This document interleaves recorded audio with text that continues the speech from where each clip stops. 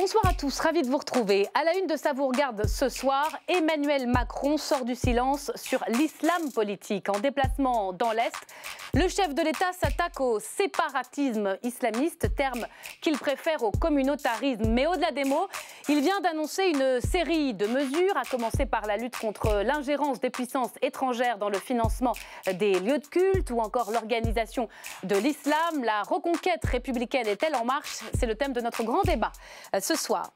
L'affaire Griveaux a braqué les projecteurs sur un phénomène qui fait de plus en plus de victimes, le revenge porn, la publication de contenus intimes sur une personne sans son consentement.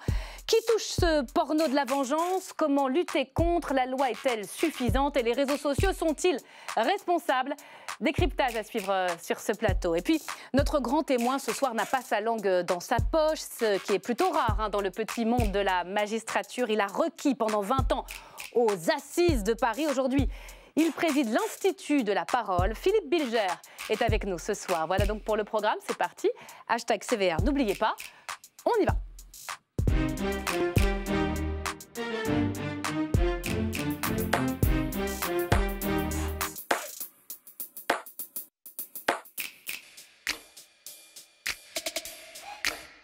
Et bienvenue à vous, chers téléspectateurs.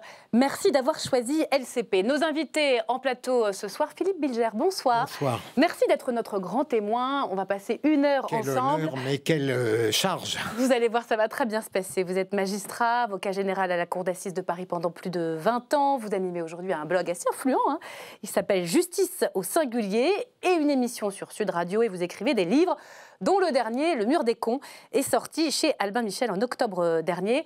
On va parler de l'affaire Griveaux, qui vous a inspiré une tribune récente dans le Figaro. Mais d'abord, ce mot de séparatisme islamiste qu'a retenu Emmanuel Macron aujourd'hui dans l'Est et son plan d'action qu'il vient en partie de détailler il y a moins d'1 heure maintenant. On en parle avec vous, Nadia Hay. Bonsoir. Bonsoir. Vous êtes députée La République En Marche des Yvelines, de Trappes notamment. Éric Diard, bonsoir. Bonsoir. Député Les Républicains des Bouches-du-Rhône, co-auteur d'un rapport remarqué sur la radicalisation dans les services publics. On en dira un mot. Alexis Corbière, bonsoir et bienvenue.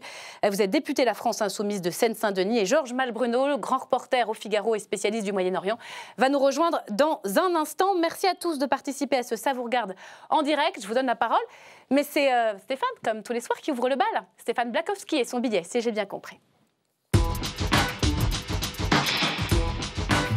Bonsoir à tous. Bonsoir Stéphane, installez-vous. À toutes et à tous, pardon, comme dit le président. Alors, si j'ai bien compris ce soir...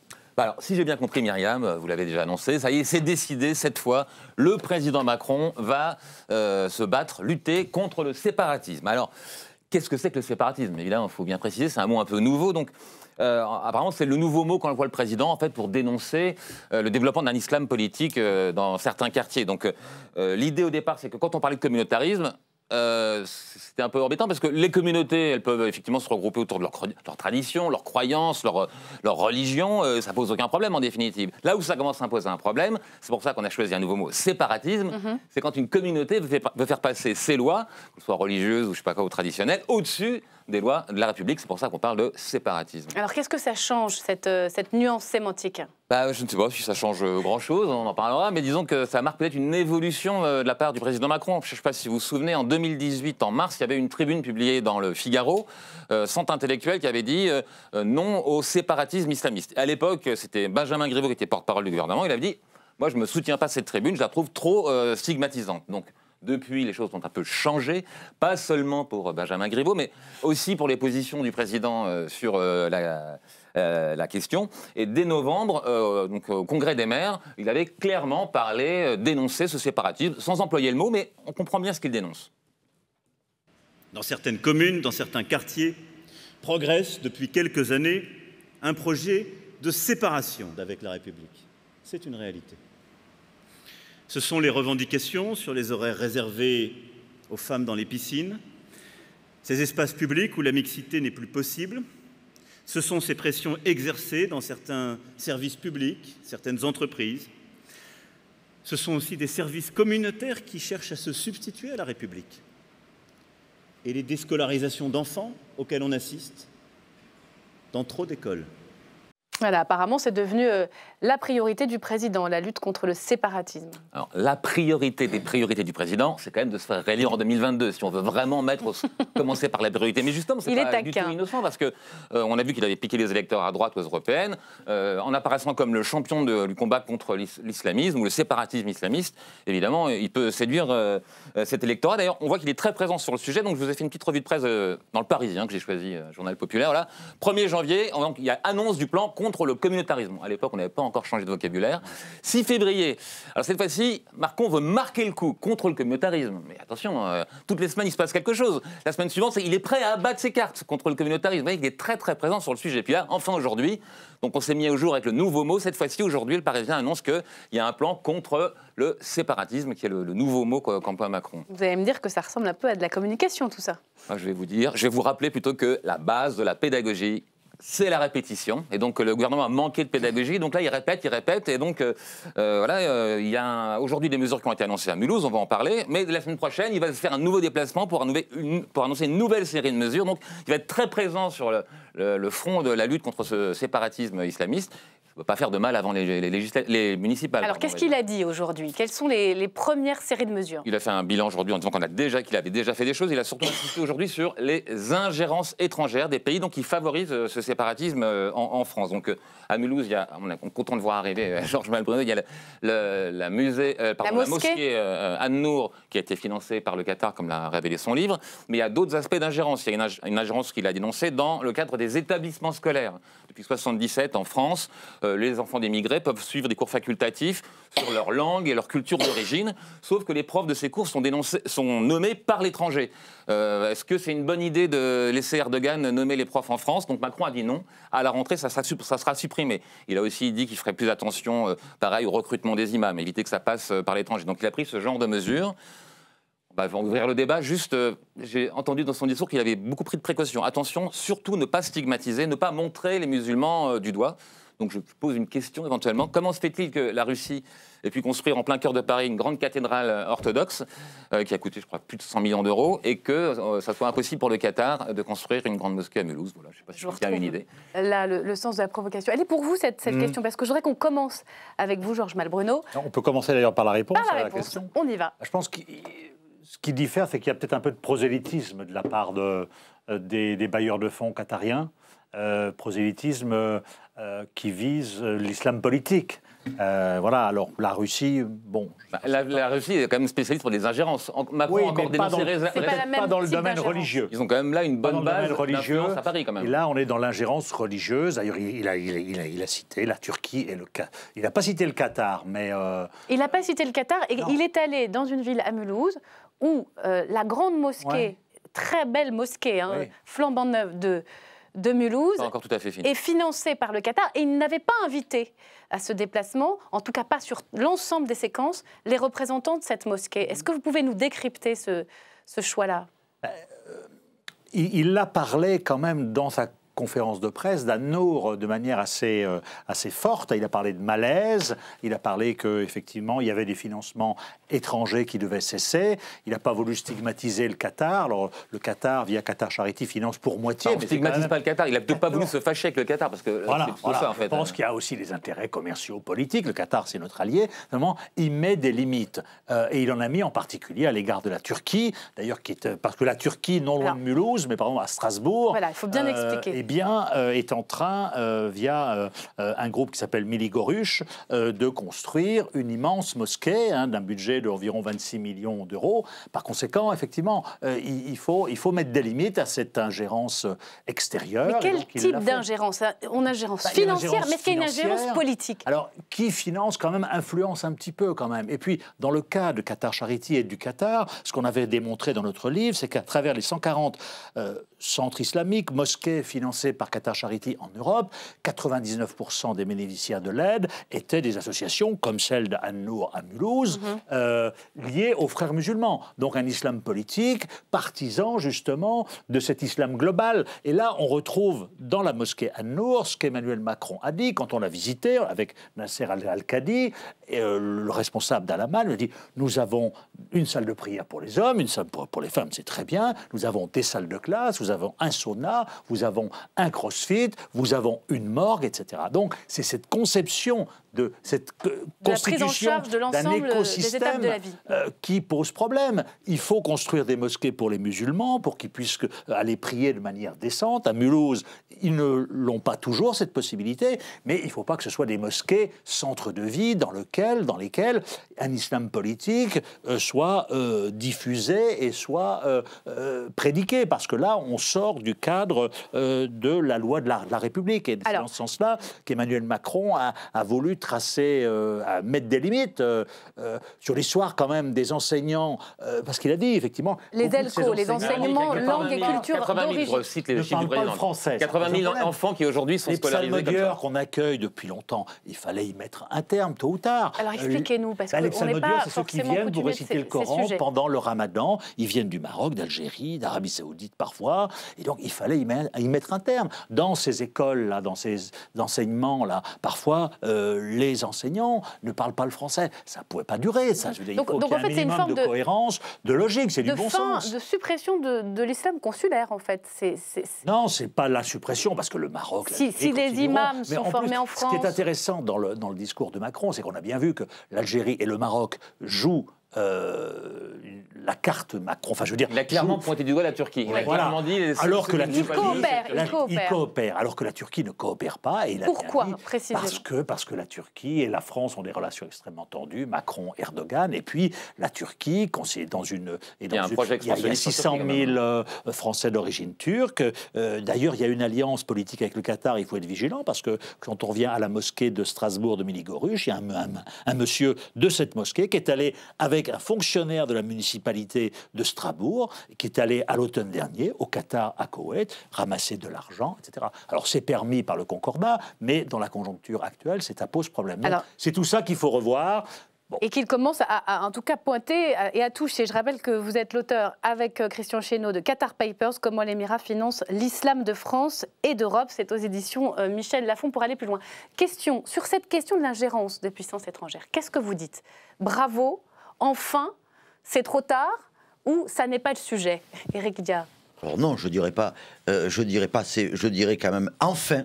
Voilà la phrase, je dirais enfin, parce qu'il fallait agir, on l'a vu, vous l'avez bien présenté, ça allait venir, il allait abattre les cartes, ça fait plus d'un an qu'on attendait des décisions. Alors, sur le communautarisme religieux, alors maintenant il veut appeler ça séparatisme. Pour moi, c'est de la sémantique. Hein. Moi, quand je pense séparatisme, historiquement, c'était le séparatisme breton, le séparatisme corse. Alors, il veut appeler ça le séparatisme, mais pour moi, le communautarisme religieux, c'est une forme de repli identitaire. Alors, il y a des bonnes propositions. Alors, pour le rapporteur des services publics face à la radicalisation, il faudra que j'attende encore, parce que j'ai compris... Votre partie à vous, c'est la semaine prochaine. J'ai compris que tout était très feuilletonné, et que ça allait durer... Le feuilleton, je ne sais pas, ça ne sera pas les feux de l'amour... Est-ce qu'il est dans son rôle, pour vous, le président de la République? Oui, il est dans son rôle. Avant un scrutin. Avant un scrutin, après scrutin, il y a toujours des scrutins. Donc je pense quand même qu'il y avait des propositions intéressantes par rapport aux ELCO, et mettre en place ces IEN qui remplacent... Pas trop de sigles, hein. Les enseignements de langue dans la culture d'origine, dans la langue d'origine. Ça, c'était intéressant. Ça sera une loi, il est resté quand même assez vague sur le financement des mosquées, et Georges Malbruno a bien insisté sur quelque chose d'important, le financement de la salle de prière. Il jugeait ça légitime. Il était gêné, notamment sur le financement d'une piscine, parce que qu'est-ce qu'il voulait dire à travers ça? Une piscine, ça sera des horaires aménagés pour les femmes, etc. Et les valeurs de la République ne seront pas respectées dans ce centre. Alexis Corbière, que l'État puisse mettre son nez dans le financement des lieux de culte et des mosquées, pour les nommer, c'est une bonne chose? Attention, parce que la laïcité, qui s'exprime notamment dans la loi du 9 décembre 1905, c'est pas le Concordat de Napoléon. Hein. C'est pas l'État qui regarde. Après, il faut faire respecter la loi. Ça a été rappelé, quand il y a l'église orthodoxe qui est construite, c'était des bâtiments de Météo France, c'est Nicolas Sarkozy, dans le cadre d'un accord politique pour faire plaisir à M. Poutine, qui accepte qu'une puissance étrangère, au cœur de Paris, et qu'une vue magnifique construise un lieu de culte. La loi ne peut pas être à géométrie variable. Je dis par rapport à ce que vous disiez qui était très intéressant, mais ça peut pas être, ça dépend ce qui s'y passe, il y a de l'influence ou pas. Moi, je suis pour la laïcité, pas à géométrie variable. Soit il n'y a pas de financement de puissance étrangère de lieux de culte, soit il y a des possibilités. D'accord ? Dans le cadre des mosquées, vous savez bien que cette question des mosquées et de l'islam en France, elle est compliquée parce qu'au moment où la loi a été votée en 1905, il n'y avait pas autant de musulmans. Donc c'est le sujet. Non mais là, je ne comprends pas bien ce que vous dites. Moi, je vous pose la question, est-ce que l'État doit avoir le contrôle sur la construction des mosquées, les pays qui financent les mosquées? Article 1 et 2, noyau de sens de la loi 1905, pas de financement public des religions. Alors évidemment, à partir de là... Le contrôle, j'ai dit, j'ai pas dit forcément de financer, ça c'est contraire à la loi. La police, les services de l'État doivent vérifier ce qui se passe dans un établissement. L'enjeu c'est quoi? C'est la lutte contre l'obscurantisme, contre le fait, ça a été défini tout à l'heure, que les lois de la République ne seraient pas respectées par des citoyens au nom de dogmes religieux non discutables. Bon, ça c'est clair. Mais ça, la loi existe d'ores et déjà. Quelqu'un qui, dans n'importe quel lieu de culte, dans une mosquée, un imam qui tiendra un propos en disant, j'en sais rien, les femmes sont inférieures aux hommes, ou je vous invite à fouetter votre épouse à la maison, évidemment, il doit être sanctionné, et ça, la loi peut le faire. Alors, on peut même discuter du fait que nous donnons les moyens... Non, mais attendez. Là, il y a des possibilités sur les imams, certains sont même expulsés. Mais là, on pose la question des puissances étrangères. Oui, mais attention au côté sabre de bois de toute cette discussion. Le Qatar, dont on a donné le nom, sa principal outil de diplomatie très important s'appelle le Paris Saint-Germain. D'accord ? Il invite tous des anciens présidents de la République. Il n'y a pas que ça. Non, mais je veux dire, vous avez bien. Oui, non, mais vous avez raison. Vous dites quoi ? Il y a une hypocrisie de la France vis-à-vis de. Ok, que soit clair. Nous vendons des armes à l'Arabie Saoudite qui est engagée dans un conflit au Yémen. Paris Saint-Germain, c'est qu'il y a un match. Non, mais ce que je veux dire, c'est que ça ne peut pas être à géométrie. Soit on me dit. On arrête la relation avec le Qatar. Je n'ai aucune sympathie avec le Qatar qui est un régime obscurantiste, etc. Mais si on dit qu'il y a une ingérence dans la vie politique économique du Qatar, ce que je pense. Peut-être un point de méthode. Le Qatar, c'est les frères musulmans, il faut expliquer, parce que les gens ne savent pas forcément. Je vous donne la parole. Est le pays qui sponsorise, je dirais, les frères musulmans depuis un certain temps. On l'a vu en Tunisie, on l'a vu en Égypte, et a des relations, des liens d'ailleurs avec l'ex-UOIF en France. Mais je vais vous poser une question. Moi, je suis allé à Mulhouse, j'ai vu Nasser Al-Khaidi, le responsable de la mosquée. Il priait dans des caves. Et ces gens-là, ils sont français comme vous et moi. Ils ont droit à avoir des salles de prière. Évidemment. Mais qui finance si on peut pas, si l'État français ne finance pas? Il faut bien qu'ils aillent. Les fidèles, ça suffit pas. Si, ça suffit. Ça peut suffire. Donc, qu'est-ce qu'ils font? Ils vont tirer les sonnettes dans des pays du Golfe. Mais attendez. Donc, on arrive direct au point 1905. Attention. De l'islam de France. Moi, ça ne me choque pas. Parce que déjà, c'est les fidèles qui vont financer les lieux de culte. Et je ne suis pas pour toucher à ça.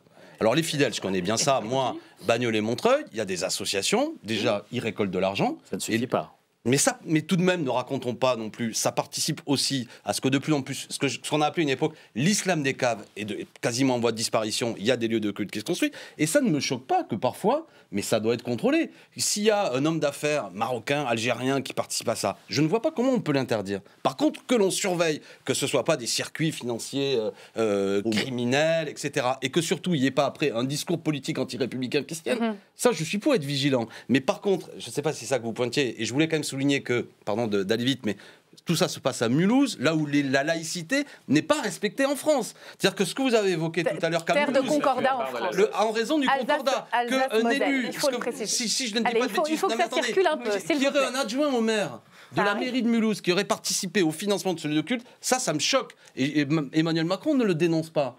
Donc tout ça, évidemment, est une opération politicienne à 3 semaines des élections pour changer la conversation. Aujourd'hui, la question elle est sociale, les retraites. Allez. Et comme par hasard, on va donner la parole, honneur aux dames. Et puis Philippe Bilger, vous l'aurez après. Nadia, là-dessus, j'imagine que, voilà, pour répondre à Alexis Corbière, pas de poids, de mesure, pas de fausse hypocrisie. Répondre à... Non, mais justement, soit vos propos sont complètement hypocrites, soit vous ne savez pas ce qui se passe réellement dans les mosquées. Je vous ai dit vos propos, je n'ai pas parlé de vous. Vos propos sont hypocrites, ou alors vous ne savez pas ce qui s'y passe. Évidemment que les financements qui arrivent de l'étranger il y a une certaine ingérence qui est exercée dans les pays étrangers. En fonction du pays qui finance, vous avez tel ou tel courant qui s'exerce dans telle ou telle mosquée. Et quoi? Alors donnez des exemples. Vous parlez du salafisme, il y a effectivement il y a des sujets aujourd'hui sur le financement du culte, et il suffit, là il s'agit d'inscrire le financement des lieux de culte dans le droit commun. Aujourd'hui, n'importe quel particulier ne peut pas recevoir une certaine somme d'argent, qu'elle vienne d'Arabie Saoudite, qu'elle vienne du Qatar, sans qu'elle soit justifiée et sans que l'origine des fonds le soit également.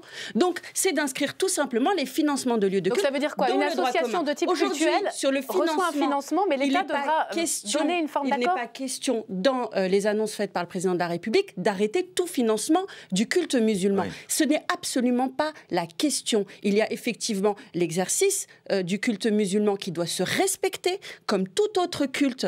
Et ça, c'est un point d'honneur. Et d'ailleurs, le président de la République l'a rappelé dans son discours. Maintenant, il s'agit là de mettre le doigt sur des choses qui nous posent problème aujourd'hui dans notre société. Alors, exemple, imam consulaire, que pour être très proche de cette question-là, dans son ensemble, et être élu d'un territoire aussi qui est concerné par cette question, les fidèles même nous interpellent sur ces questions. Et aujourd'hui, de dire les problèmes n'existent pas, sur l'ingérence des pays étrangers, que ça n'existe pas, c'est très hypocrite de dire des choses pareilles. Tout ça pour dire, attention, il ne faut pas stigmatiser une population. Mais c'est exactement ce que vient de dire le président de la République. Avec moi, mais je n'ai pas du tout dit ça. Je vous ai dit que si vous voulez vous intéresser... Je vous dis juste que derrière vos propos complètement électoralistes, c'est ce que vous voulez dire. Pardon, qu'est-ce que vous voulez dire? Non, mais pardon. Vos propos... Non, mais parce que justement, à chaque fois, la France insoumise, quand elle s'exprime sur ce sujet-là, derrière, il y a tout de suite un calcul électoral qui est fait. Mais... Non, attendez. On va arrêter, je vais vous dire une chose. Je vais quitter le plateau, je ne supporte plus. Alors, je vais vous dire, madame, vous allez arrêter ça. Je ne supporte plus. Non, parce que j'en ai marre de ce propos. Le clientélisme. Non, parce que c'est minable. Parce que vous devriez. Oui, parce que je vais vous dire, madame. Je comprends que vous soyez un petit peu la température. Madame, on est là pour s'écouter. Ce que vous dites depuis le début, attendez, madame. Déjà, vous avez fait. Chacun peut s'exprimer. Hormis l'attaque que vous me portez, vous ne dites rien de précis. D'accord? Non, mais en dehors de tout ça. Deuxièmement, je vais vous dire, non, mais j'en ai ras-le-bol d'entendre qu'aujourd'hui, ce que fait En Marche, c'est venir à 4 semaines des élections, venir parler de ça, et dès que, évidemment, des gens comme moi vont prendre la parole, vous allez avoir des dames comme elle qui vont vous dire, vous flattez votre clientèle électorale. C'est insupportable. Calcul électoraliste. Des deux côtés. Allez, de toute façon, il y a des élections, il y a des municipales, la balle au centre. Le président de la République s'est exprimé à plusieurs... Parlez du fond. Non, mais c'est ce que je suis en train de vous dire. Le président s'est à plusieurs reprises exprimé sur cette question. Il a dit qu'il allait attendre, et c'est une question qui est assez complexe. Pour ça, il a consulté des experts, il a consulté des élus, il a consulté des parlementaires, il a consulté beaucoup sur cette question-là. Il a lu les rapports parlementaires. Allez, mais maintenant... En tout cas, il a pris son temps, c'est le moins qu'on puisse dire. Mais oui, parce que c'est un sujet aujourd'hui qui est... Et qu'est-ce qu'il a dit sur le fond? Mais le fond, c'est je vais vous les citer, Alexis Corbière, vu que vous voulez le fond. C'est en 4 points. Reprendre le contrôle et lutte contre les influences étrangères. Favoriser une meilleure méthode d'organisation du culte musulman. Lutter avec détermination contre toutes les manifestations de séparatisme islamiste et du repli communautaire. Et enfin, ramener la République dans les quartiers, parce que c'est ça... Voilà les 4 piliers qui s'annoncent allant de citoyens sur le point 1, ce que me dit Georges Bruno à l'oreille. Monsieur Bichère n'a pas parlé, s'il vous plaît. Monsieur Corbière, c'est absolument dramatique. Un tout petit peu de calme. Vraiment. Oui, tout le monde est très charmant autour de ce plateau. D'abord, je trouve passionnant les échanges contradictoires et je viens là pour apprendre des choses. Je n'ai pas d'opinion péremptoire là-dessus et je viens d'apprendre avec plaisir qu'il a traité 4 thèmes dont le dernier m'apparaît le plus important, probablement celui qu'il traitera le moins profondément. Mais pardon de ce manque de gracieuseté. Je suis frappé déjà par le fait qu'il nous a fait languir tout de même. Il nous a annoncé à intervalles réguliers, vous l'avez très bien dit, une annonce importante des discours et à force de l'annoncer, on croyait qu'il ne viendrait plus. Et en réalité, il est arrivé et je trouve déjà que cela est positif. Alors, les 4 thèmes qu'il évoque me paraissent, je n'aurais pas mauvaise grâce en disant qu'il est inutile d'avoir des engagements pour changer, par exemple, les influences étrangères. Je ne crois pas que ce soit une bonne méthode dans notre République. Mais j'espère que ça ne ressemblera pas à la multitude des engagements que droite et gauche confondus, depuis des années, nous ont annoncés en cherchant à faire passer ces promesses pour de l'action et en abandonnant précisément concrètement la reconquête que doit faire la République dans les quartiers. J'ai très peur que ça ressemble encore à un verbe qui sera frappé d'ineffectivité et qui n'arrive pas par hasard à l'approche. Il faut que vous l'entendiez, ce procès-là, ce reproche-là, parce que il n'est pas le seul, hein, Philippe Bilger, à le faire. Éric Diard aussi trouve que cela a trop duré, manifestement. Ça a trop duré, mais bon, les 4 phrases, c'était des phrases slogans. Et alors, on risque d'être déçus. Moi, je veux revenir sur les points dont vous avez parlé, Myriam. Les imams consulaires, là, c'était un point intéressant. Ça, c'est concret. C'est un des points intéressants. Expliquez-nous de quoi il s'agit. Ce sont des imams qui arrivent de certains pays, qui arrivent d'Algérie, qui arrivent de Maroc, qui arrivent de Tunisie, qui arrivent d'Arabie Saoudite, qui sont donc importés et qui, souvent, ne parlent pas la langue française. Et donc, ça pose vraiment un problème. Et donc, mettre fin à ces imams consulaires me paraît être une bonne chose. Mais la suppression des imams consulaires, c'est-à-dire des imams formés en France, nés en France. C'est ça l'idée? Des imams formés en France. Alors, il dit il faut une structuration. Il a appelé ça l'imama. Après, il renvoie la balle sur le Conseil français du culte musulman en disant j'attends des propositions. Là, je reste un peu plus circonspect.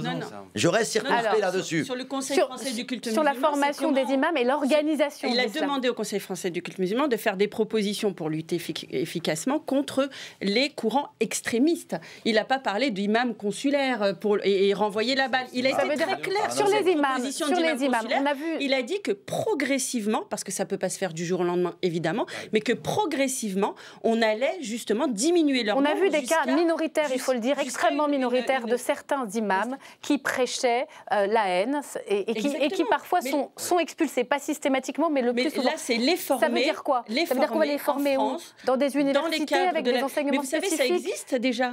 Théologique, coranique. Vous avez aujourd'hui une école qui forme du côté d'Evry et qui est en partenariat avec l'université d'Evry, qui forme des imams. Donc ça veut dire que l'État, là aussi, a son mot à dire. Alors, et par contre, cette université, jusqu'à ce jour, était financée par des fonds étrangers. Et aujourd'hui, ce qu'il faut, c'est que le financement se trouve au sein même de notre territoire et comment aujourd'hui on finance le culte musulman sans influence étrangère. Mais ça existe déjà. Et donc, en collaboration, partenariat avec l'université d'Evry pour justement que les imams soient formés dans le cadre des valeurs et les lois de la République. Je voudrais qu'on prenne un tout petit peu de recul avec vous pour essayer de comprendre ce fondamentalisme islamique. Il ne menace pas du tout que notre pays. Non. C'est beaucoup plus large.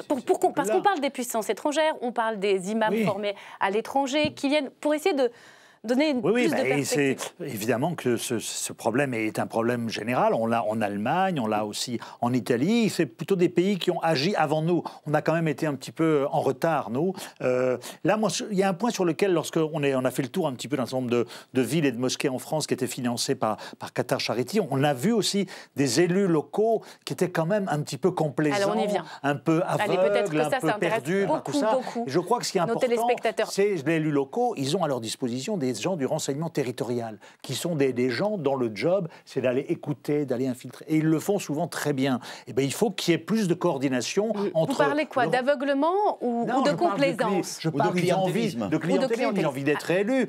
À Mulhouse, vous avez 30% de population qui est de confession musulmane. À Roubaix, c'est encore plus. Ce sont des gens qui votent. Et c'est normal. Mais je crois qu'à un moment donné, il faut que les maires, il faut qu'ils se fassent aider. Parce qu'en face, effectivement, certains responsables les enfument un petit peu. Justement, et là, le renseignement territorial est à la disposition de ces gens-là. Sur le clientélisme, sur le rôle des élus et sur une forme de complicité qu'ils ont pu avoir et qui ne date pas d'hier. Écoutez, Gérard Collomb, il était chez nos confrères d'LCI ce matin. On a perdu 20 ans, oui. On a perdu 20 ans sur cette question de communautarisme. Oui. On s'est fait grignoter depuis 20 ans sans réagir dans certains cas. Oui, bien sûr. On l'a fait, certains parce qu'il y avait une certaine naïveté, d'autres parce qu'on pouvait s'appuyer électoralement sur des communautés. Naïveté ou complicité de certains élus? Les deux.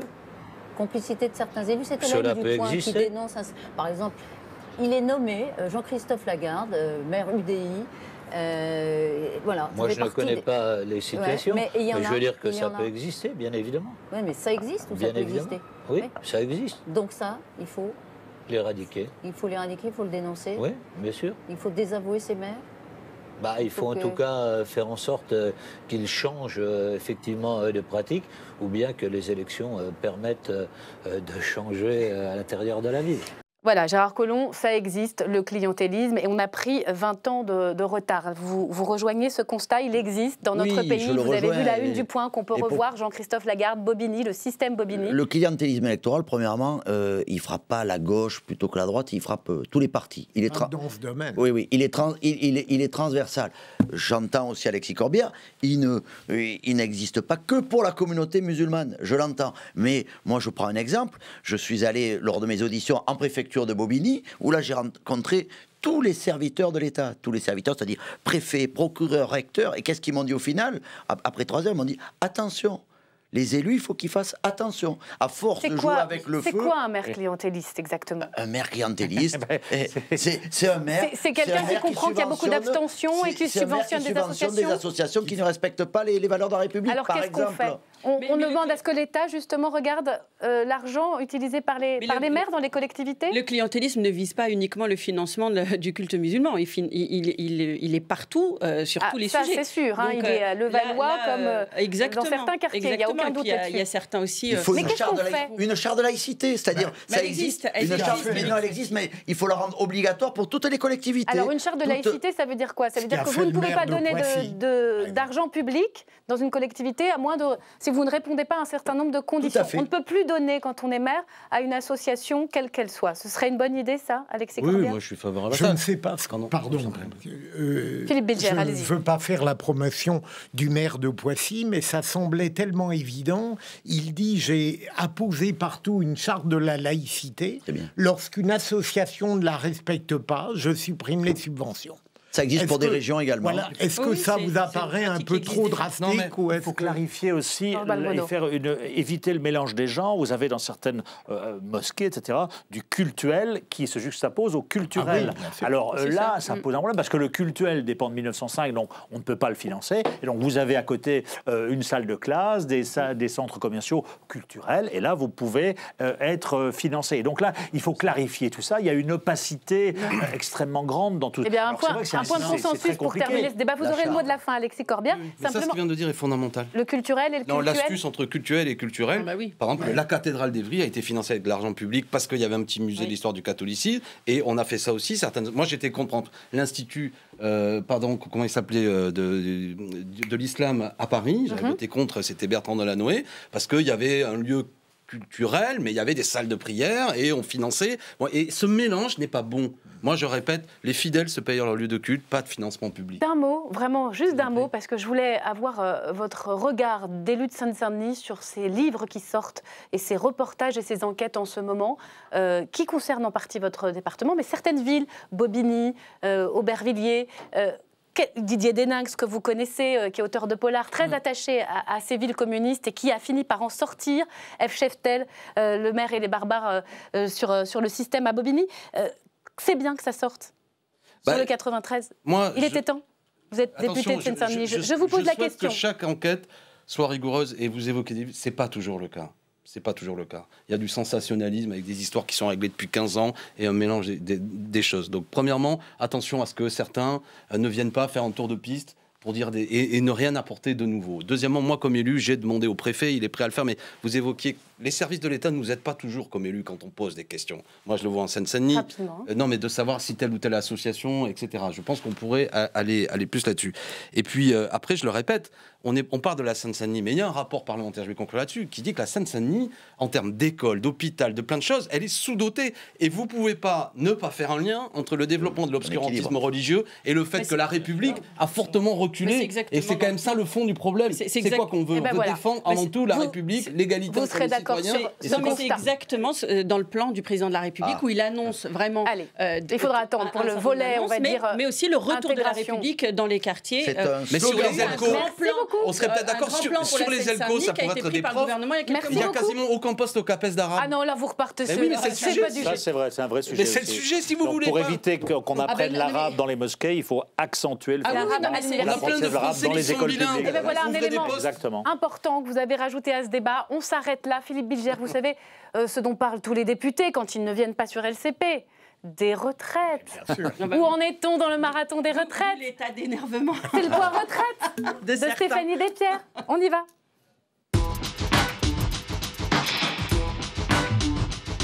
Bonsoir, c'est Stéphanie, alors, deuxième jour de la discussion dans l'hémicycle. Quoi de neuf dans cette guerre de tranchées sur les retraites? Eh bien, ambiance électrique dès la reprise des débats cet après-midi. À peine 5 minutes de séance. Et la députée Clémentine Autain dégaine un rappel au règlement, une arme classique et redoutable de l'opposition pour ralentir les discussions. Sauf que la députée insoumise s'en mêle un peu les pinceaux. Regardez. Un rappel au règlement sur l'article 51.1 et qui relève des propos que vous avez tenus ce matin à l'occasion du bureau de l'Assemblée, où nous avons bien noté que notre groupe était particulièrement visé de façon discriminante. Aujourd'hui, vous devez faire erreur, madame. Ah pardon, pas du bureau, pardonnez-moi, de la conférence des présidents. Vous avez raison, monsieur le président. Je m'excuse de cette erreur. Oui, mais vous les cumulez, parce que l'article 51, alinéa 1, ne se rapporte pas à ce que vous indiquez, madame. 52.1. Vous n'avez pas bien entendu. Et il n'y a pas de 52. Oui et non, ça ne marche toujours pas. Je suis désolé, madame. Bon, il va falloir tout de même faire les choses un peu rigoureusement. Comprenez, je veux bien recevoir tous les procès, mais encore faut-il qu'ils soient fondés. Ah, c'est difficile, la procédure parlementaire. Compliqué, ça commence fort, vous l'avez vu, notamment car ce matin, Richard Ferrand a expliqué qu'il appliquerait à la lettre justement le règlement de l'Assemblée nationale. Objectif, contrer la stratégie du ralenti de l'opposition. Il n'y aura donc qu'un orateur par groupe pour les amendements identiques. Par exemple, si les 17 députés La France Insoumise déposent le même amendement, un seul insoumis pourra prendre la parole en séance. Une règle qui s'appliquera donc à La France Insoumise et aux communistes, car ces deux groupes ont fait un dépôt massif d'amendements identiques et démontrent une volonté manifeste d'obstruction selon la conférence des présidents qui s'est tenue ce matin. Alors côté calendrier, pour terminer, est-ce qu'on y voit plus clair? Combien de temps ça va durer? On le sait? Personne n'en sait rien, mais l'Assemblée nationale a pris les devants. Les députés vont siéger ce week-end et 3 semaines au lieu des 2 prévus initialement, jusqu'au 6 mars. Donc, selon les calculs de la présidence et de différents groupes, dans les faits, il n'y aurait pas 41 000 amendements en discussion, mais plutôt 5 000, grâce ou à cause de l'application stricte du règlement. 1 300 amendements donc pour la France Insoumise au lieu de 23 000 déposés. Dans ces conditions, ça peut rentrer en 3 semaines, expliquent les optimistes. Impossible, répliquent les pessimistes. Le gouvernement envisagerait, lui, de réécrire certains articles pour faire tomber des amendements et donc gagner du temps. Mais l'arme ultime, vous le savez, c'est le 49.3. Alors à La République En Marche, au gouvernement, personne ne veut en parler officiellement. Personne non, Nadia n'en veut pas du tout. Elle dit non.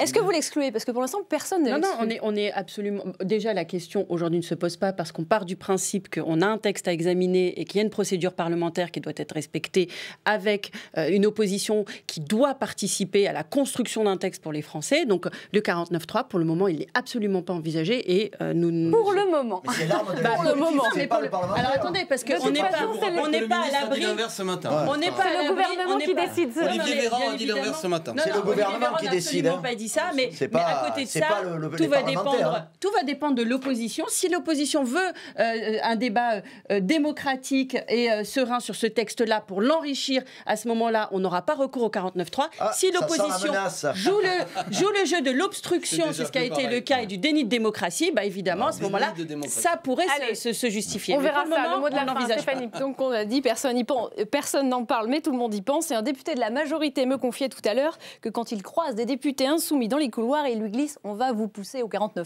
Bon, vous verrez. Affaire à suivre. Voilà. Merci beaucoup. Philippe Bilger, sans aucune transition, mais alors absolument aucune. Vous savez ce qu'est le revenge porn? Oui, un petit peu. J'en ai beaucoup entendu parler ces derniers temps. Une bonne partie des Français ont découvert à la faveur de l'affaire Benjamin Griveaux. Le phénomène n'a pas attendu, évidemment, l'abandon du candidat En Marche pour être pénalement sanctionné. Alors, que dit la loi? Comment est-elle appliquée? Est-ce qu'il faut aller plus loin dans le contrôle des réseaux sociaux? Élément de réponse avec Ahmed Tazir. Merci à tous. En 2007, Laure Manodou est la petite fiancée des Français, ravissante, radieuse, et puis ce choc. Postées et relayées sur le web, des images d'elle nues apparaissent sur la toile. La nageuse révélera que c'est l'un de ses ex qui est à l'origine de la fuite. Ce procédé, on l'appelle le revenge porn, la diffusion de vidéos ou photos intimes sans le consentement de la personne concernée. Depuis la loi sur le numérique de 2016, le revenge porn est une infraction spécifique, comme nous l'explique cet avocat. Le fait de diffuser des écrits ou des photos intimes hors le consentement de la personne. C'est un délit qui fait encourir à son auteur 2 ans d'emprisonnement et 60 000 € d'amende. Donc on est plutôt sur des échelles de peine assez élevées pour ce type d'infraction. En matière de revenge porn, il y a tout ce qu'il faut dans la loi, affirme notre avocat. Le problème est ailleurs. L'année dernière, près de 3000 plaintes ont été déposées. Malgré tout, de nombreuses victimes n'osent pas faire appel à la justice. Vous savez, franchir la porte d'un commissariat ou d'une gendarmerie, lorsqu'on est à Saverne, lorsqu'on est à Nîmes ou quand on est dans le nord de la France, et montrer des photos et dire voilà ce qui m'arrive, et être parfois devant un policier ou un gendarme qui ne sait même pas que cette infraction existe, parce qu'on a un vrai déficit de nos enquêteurs et de toute la chaîne pénale sur ce qui est vaguement numérique, alors qu'aujourd'hui toute notre vie est numérique, c'est difficile de franchir cette porte. C'est difficile. Mais alors est-il possible de mieux contrôler les informations publiées en ligne? Après l'affaire Griveaux, la classe politique s'empare du débat. Il y a ceux qui disent non, au nom de la liberté d'expression. C'est quoi l'améliorer? C'est qu'on se sert de cette affaire pour essayer une fois de plus d'entraver la liberté d'expression sur Internet, une fois de plus de contraindre, une fois de plus de censurer Internet. En tout cas, moi, j'en serais pas, je vous le dis clairement. Il y a ceux, au contraire, qui disent oui, il faut faire davantage pour lutter contre les contenus indésirables diffusés en ligne. Alors, je pense d'abord, s'agissant de la régulation des réseaux sociaux et d'Internet, qu'il faut rétablir la peur du gendarme. Aujourd'hui, il y a en ligne une quasi-impunité. Et donc, nous devons faire en sorte, avant même de changer la loi, mais même si on peut réfléchir à changer la loi, de faire appliquer la loi, car notre justice et la manière dont fonctionne notre chaîne police-justice ne s'est pas adaptée à ce monde du numérique, à sa viralité et à sa masse. Face au fléau revenge porn, le mieux reste la prudence. Ne pas envoyer des images de soi, même dans le cadre d'un échange privé. Internet peut transformer en un instant une affaire privée en drame public. Et ils nous ont rejoints sur ce plateau, Maître Alain Bensoussan, bonsoir. Bonsoir. Vous êtes avocat spécialiste en droit du numérique. Julien Lebotte, bonsoir. Vous êtes journaliste, auteur-réalisateur de Tous les Internets. C'est un module consacré au numérique sur Arte. Je signale votre livre, Dans la tête de Mark Zuckerberg, c'est chez Actes Sud. Et bienvenue à vous, François Cros. Vous êtes directeur du pôle politique de l'IFOP et vous venez tout juste de réaliser une enquête consacrée au revenge porn, rendu public ce matin. Je vais commencer avec vous, Maître, et avec vous, Philippe Bilger. Je voudrais d'abord comprendre 3000 plaintes et seulement 20 condamnations donc depuis la promulgation de cette loi de 2016 sur le revenge porn. Comment comprendre? C'est qu'il y a quelque chose qui ne marche pas, ou alors il n'y a pas de preuves, ou alors ce sont des fausses plaintes? Je ne sais pas, je n'ai pas le détail des plaintes, mais ce qui est sûr, c'est qu'aujourd'hui, on dispose d'un système juridique parfaitement organisé. C'est le niveau des plaintes qui me paraît peut-être un peu faible, puisque le système est organisé de la manière suivante. Des moments où vous captez, vous enregistrez sans le consentement de la personne, c'est punissable d'1 an et de 45 000 €. Si c'est à caractère sexuel, c'est 2 ans et 60 000 €. Et si vous diffusez, c'est-à-dire un clic, vaut l'équivalent d'un enregistrement, c'est les mêmes peines. C'est-à-dire qu'il y a un système judiciaire qui est parfaitement organisé. Donc pour vous, ce système-là, il est suffisamment dissuasif, répressif ? Alors, pour moi, il y a un déficit de pédagogie, des émissions comme celle-ci sont importantes, et un déficit de marqueurs de la démocratie. Un déficit de pédagogie, la plupart des gens ont découvert que la simple diffusion par relais d'une vidéo était des mêmes peines que si on l'avait enregistrée. Ça, c'est la nouvelle loi qui est intervenue. Si vous relayez le site, vous encourez les mêmes peines, comme si c'est le même temps, effectivement, parce que... Ce qui est arrivé donc au député Joachim Son-Forget, on rappelle l'histoire, qui a relayé donc le site de ce Piotr Pawlenski. Alors, le deuxième élément, c'est le marqueur. C'est-à-dire qu'au-delà du déficit pédagogique, est-ce que 2 ans de prison, c'est suffisant? Les marqueurs de peine sont en général le bien et le mal dans une démocratie. Et puis, on arrive à une situation où il n'y a pas de neutralité technologique. Ainsi, si vous enregistrez sans droit ni titre, c'est 1 an, caractère sexuel 2 ans. Mais si vous piratez le smartphone en attaquant le smartphone, c'est 5 ans. C'est pas tout à fait normal d'avoir une telle différence alors que l'atteinte à la victime est identique. Donc je pense qu'il faudrait vous voulez harmoniser en fonction des techniques utilisées. Moi, je pense qu'il faut aligner principe de neutralité technologique, protection de la victime d'une part, et puis il faut sacraliser la démocratie pendant la période électorale. Je pense qu'il faut prévoir une circonstance aggravante, parce que la date a été choisie, vous voyez, 15 jours avant de telle manière qu'il faut le remplacer, après il n'y aurait pas eu de remplacement. Et donc il me semble qu'il y a une stratégie de déstabilisation et donc une circonstance aggravante me paraissait un bon élément de protection. Alors, quand on dit 60 000 €, 2 ans de prison, c'est toujours la peine maximale. Hein. Vous savez mieux que moi. Il y a des gens qui sont en prison, franchement? Non, je crois pas. Non, j'ai pas d'éléments statistiques, mais je crois pas. Philippe Bilger. C'est très difficile de parler de ce sujet devant le grand spécialiste de tout cela, et l'amateur que je suis a moins de scrupules à dire ce qu'il pense. Moi, vous êtes là pour ça, vous pouvez dire ce que vous pensez. Ce que je crains, c'est que tout de même, le débat qui se déroule depuis plusieurs jours serve à jeter le bébé avec l'eau du bain, et je sens chez certains la tentation perverse de nier l'apport formidablement positif d'Internet. Et deuxième élément, je trouve qu'il y a quelque chose de pervers dans notre tradition française et qui ne concerne pas qu'Internet. Je vois à chaque fois, même dans la délinquance la plus banale ou la criminalité, lorsque quelque chose ne va pas, la tentation française est de proposer immédiatement un changement législatif comme si ça représentait une action, au lieu de tout simplement faire appliquer le dispositif qui existe. Donc il ne faut pas une loi Griveaux après l'affaire Griveaux. Ah non, mais ce serait lui faire beaucoup trop d'honneur. Est-ce que vous pouvez nous dire, on va venir sur le numérique, les critiques qui pleuvent sur les réseaux, sur les plateformes, est-ce qu'il faut sanctionner en amont, en aval, comment y arriver, est-ce que c'est souhaitable? Déjà, sur la réalité et les victimes, qui sont-elles? Ce sont des femmes, le plus souvent, des hommes, des personnalités de pouvoir. C'est des gens qui se sont séparés. Tout un chacun. Globalement, c'est des gens qui se sont séparés, qui devaient avoir une vie paisible après, et que malheureusement, leur histoire va rebondir pour l'un d'entre eux. Et aujourd'hui, la plupart, là encore, des personnes qui se trouvent dans cette situation sont poussés par des problèmes de sentiments, une sorte de crime passionnel numérique, en plus petit, bien sûr. J'ai bien conscience que c'est pas un crime, c'est un simple délit. Les jeunes aussi, il y a beaucoup de jeunes qui se retrouvent dans ces situations. Parce que je crois que j'ai une position un peu orthogonale. Je pense que la dissuasion n'est pas suffisante en termes de sanctions pénales. La dissuasion, donc il faut augmenter les peines. 2 ans et 1 an, c'est pas possible. C'est trop peu. C'est trop peu. Et les victimes, elles portent plainte facilement? Les victimes, non. Les victimes, elles ont 3 problèmes. D'abord, souvent, c'est sur pseudonyme. Et les victimes ne savent pas qu'il n'y a pas d'anonymat sur le net. Vous devez nécessairement déposer votre identité chez l'hébergeur. C'est uniquement un pseudonyme. Donc elles ne savent pas ça, elles pensent qu'elles n'ont pas d'action, elles pensent que c'est pas possible de retrouver la personne, et donc elles abandonnent. Ça, c'est la première peine. La deuxième peine, c'est qu'elles ne veulent pas revivre ça une seconde fois, et lors du procès, de nouveau assumer la situation d'une deuxième atteinte à la vie privée, avec un risque, bien évidemment, que les phénomène, on imagine, de honte, tout simplement, à assumer. C'est la double peine, et parfois la sanction de prison de la personne qui est auteur de l'infraction n'a aucun effet sur leur peine. Donc vous souhaitez renforcer les sanctions, mais pas forcément de faire une nouvelle loi. Je viens à vous, parce que c'est un débat collectif sur les numériques, mais je voudrais savoir qui sont ces Français qui ont déjà, et cette étude est très intéressante, elle tombe aujourd'hui, eu recours à ces pratiques de revenge porn.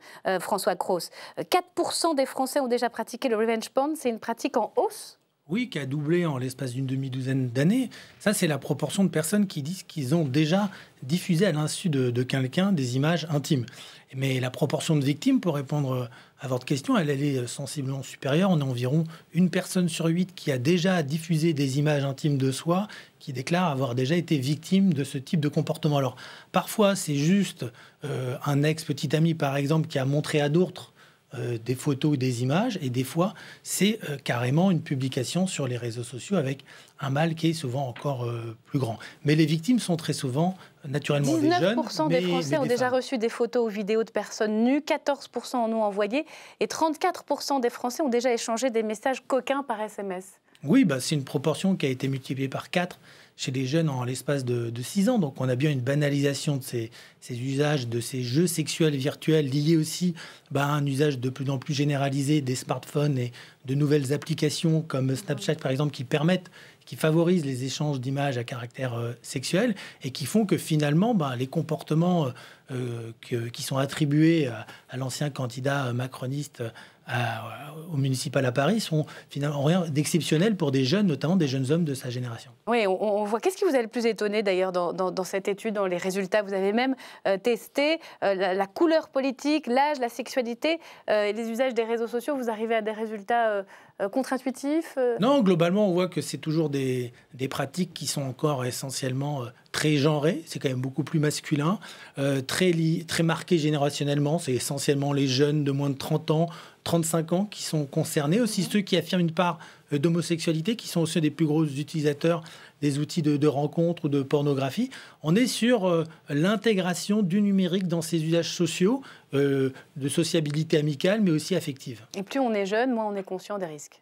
Alors, pas forcément. Souvent, les adolescents, les collégiens ont tellement la pression du groupe social qui font plus attention que des personnes qui ont 20, 25 ans, 30 ans et qui, se sentant un peu à l'abri et libérées de cet entourage, peuvent se permettre de prendre des risques qui finissent par regretter plus tard. Alors, on va parler maintenant des réseaux sociaux. Je voudrais vous montrer quelques bons titres, comme on dit, quelques citations. Daniel Cohn-Bendit disait récemment « J'en ai marre des réseaux sociaux, des réseaux sociaux, des réseaux sociaux, des réseaux sociaux ». Ça, c'était chez nos confrères d'LCI. Éric Dupond-Moretti, votre confrère. « Les réseaux sociaux sont en train de nous déchiqueter, de nous faire perdre notre liberté ». Christophe Barbier, « Il faut réguler les réseaux sociaux et les Chinois arrivent bien à les bloquer ». Et ce matin, sur un tout autre sujet, je voudrais vous faire écouter le nouveau ministre de la Santé, Olivier Véran.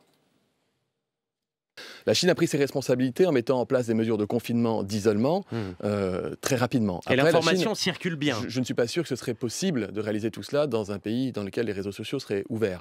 Voilà, et dernière petite citation, Bernard-Henri Lévy, ce matin dans Le Point, les réseaux sociaux ont bon dos. Vous en pensez quoi, Julien Lebot ? Ce qui est compliqué, c'est qu'il ne faut pas confondre tout à fait en fait, Internet et réseaux sociaux. Et ce qui est vrai, c'est que l'architecture algorithmique, le fonctionnement de ces plateformes, de ces applications qui sont utilisées, elles ont vraiment une puissance de réplication qui fait qu'effectivement, on est victime une fois du fait qu'une image comme ça, à caractère pornographique, ait pu circuler sans qu'on le sache, mais elle peut être très vite enregistrée, dupliquée et, j'ai presque envie de dire, ad nauseam, circuler sur les internets. Et donc, le vrai problème de ces plateformes-là, c'est qu'on a affaire à des acteurs qui se sont accaparés un espace, on va dire, relativement public comme Internet pour venir privatiser des logiques de diffusion et vraiment maximiser la capacité par un individu à diffuser des images qui ne lui appartiennent pas aux dépens donc, des victimes. Et donc forcément, encadrer, réguler, penser des relations sociales à l'intérieur de cet environnement, c'est extrêmement compliqué. Alors justement, qu'est-ce qui est fait aujourd'hui? On peut toujours bloquer Il y a des pays qui le font. D'ailleurs, c'est incroyable d'entendre Olivier Véran parler de la Chine. On sait que Facebook, c'est le patron de Facebook France, Laurent Soli, ce matin, qui expliquait qu'il y avait une impossibilité en amont, avant même que ce soit diffusé sur le réseau Facebook, d'avoir, par exemple, des vidéos intimes bloquées. En revanche, sur Twitter, c'est pas forcément le cas, bien que dans l'affaire Griveaux, ce soit des liens qui étaient relayés. Il y a différentes pratiques selon que ce soit tel ou tel GAFA, telle ou telle plateforme. Oui, et à l'intérieur de Facebook, vous avez déjà Facebook, c'est au moins 4 applications. Vous avez Facebook, Instagram, WhatsApp et Messenger. Vous avez parfois des messages qui peuvent disparaître. Par exemple, sur Instagram, vous avez les stories, vous avez des espaces confinés, comme sur Instagram, même si globalement la vie privée, de toute façon, n'existe pas. Non, je pense que, et là j'étais très sensible à ce que vous disiez, il est hyper important de bien mesurer que par-delà la question de la régulation, il y a un déficit, je pense, de la part de l'ensemble du public de compréhension du fait que nous n'avons pas de vie privée, nous n'avons plus de vie privée, et que donc effectivement s'amuser dans un échange amical ou amoureux à produire ou à récupérer des vidéos qui donc c'est trop tard, vous nous dites.